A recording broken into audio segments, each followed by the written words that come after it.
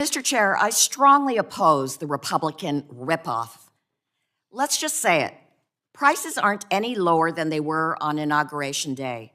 The picture of Donald Trump taking the oath of office in the Capitol Rotunda with billionaires in the front row tells us everything we need to know about where his priority is.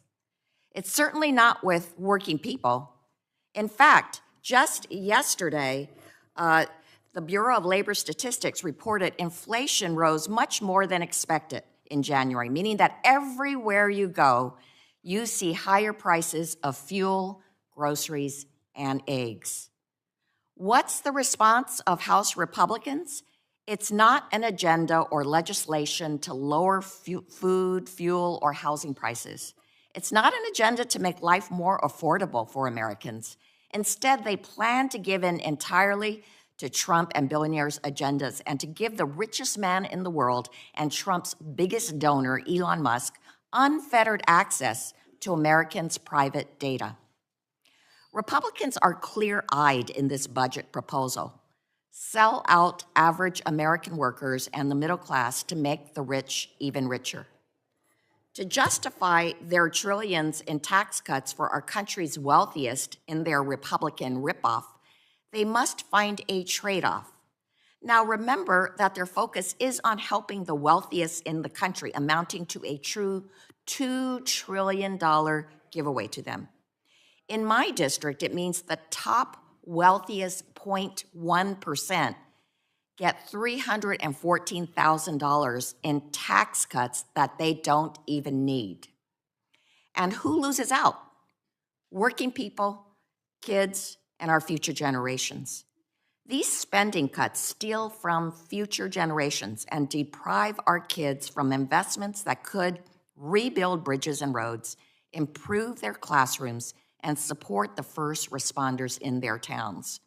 In fact, Republicans' concerns about saddling future generations with our national debt have vanished into thin air. Just last month, President Trump promised he wouldn't cut Medicaid, our country's largest healthcare provider that serves 80 million Americans of all ages. But Republicans have already gone back on this by ordering the House Energy and Commerce Committee to reduce spending by $880 billion. There is no way to make cuts this deep without slashing Medicaid, using our constituents' health care to pay for billionaires' tax cuts. With fewer Medicaid dollars, states will be forced to make drastic, life-altering cuts. In my district alone, nearly 135,000 of my constituents, which includes mostly children and seniors, could be at risk of losing their Medicaid coverage, and that is way more than the population of a city. And this proposal comes at a time when my district is just beginning to recover from the Eaton fire in Altadena and Pasadena, the fifth deadliest wildfire in California's history that left 17 dead, more than 20,000 homeless, and 9,500 structures and neighborhoods razed to the ground. As Republicans consider these cuts, I ask you to think of a constituent of mine. She's an 88-year-old civil rights activist and retired teacher. Last month, she lost her home of 30 years to the fire.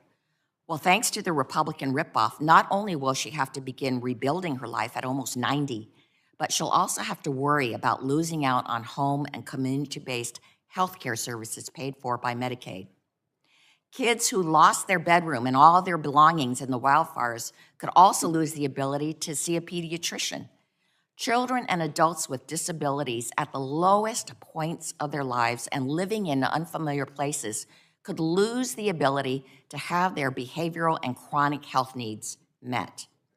And for what? So Elon can buy a new yacht? So Zuckerberg can buy another home?